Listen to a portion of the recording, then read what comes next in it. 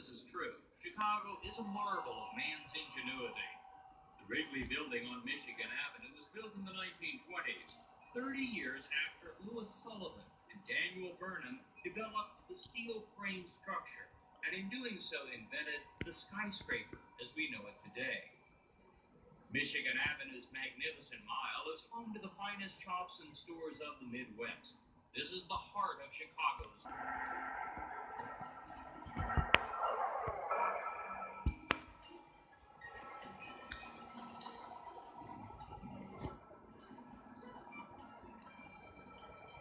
State Street, that great street, is known to the world from the song Chicago.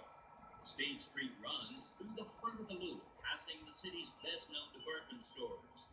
This famous clock on the corner of State and Randolph marks the entrance to Chicago's premier department store, Marshall Field's.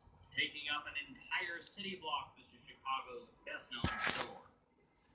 Also on State Street, in the shadow of the L, and like Marshall Field's taking up an entire city block, stands Chicago's most famous hotel, the Palmer House.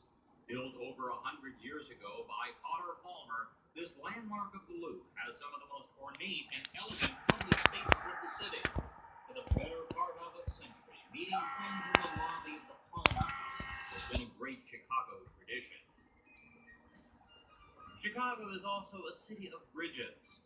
Drawbridges cross the Chicago River at every street and are raised and lowered throughout the day to accommodate traffic on the river.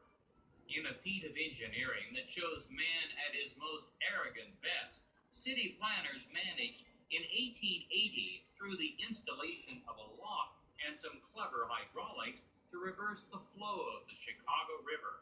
Instead of flowing into Lake Michigan, it now flows towards the Mississippi River through central Illinois.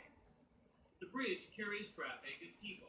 Commuters by the thousands cross the river each day, passing between Union Station and the towering office buildings in the Loop. And of all of the buildings in the Loop, perhaps none is more important to the economy of the Midwest and the nation than this Art Deco tower, the Chicago Board of Trade. This is Chicago's equivalent to the New York Stock Exchange. Here on weekdays between 9 a.m. and 2 p.m., the floor of the Board of Trade is open for business. And while the New York Stock Exchange may seem chaotic at times, it is perfectly peaceful compared to the continuous riot that goes on here each day. These traders are buying and selling commodities, carloads of wheat, corn, soybeans, and molasses.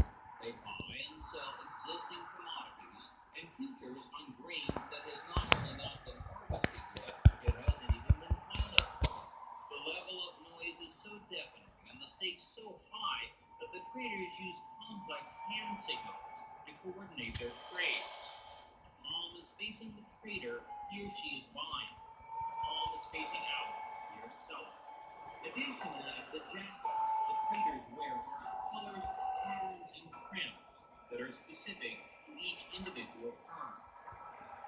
The Chicago Board of Trade is the single most influential financial institution of the city. We traveled from New York to Chicago on the Broadway Limited.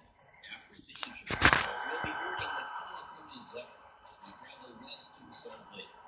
These are the 14th Street yards.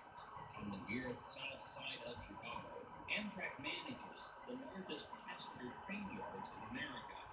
In these yards, the consists of all the great cross-country trains are born.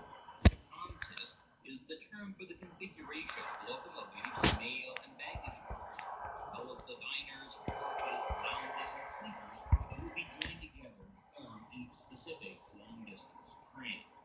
Our journey west on the California Zephyr will begin at Union Station.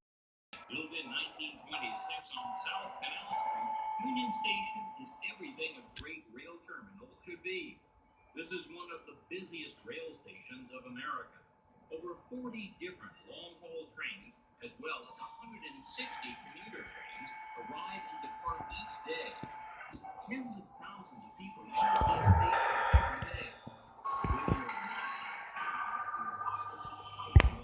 Trains and passengers move through the worn spaces as they seek out the departure tracks for the Zephyr today.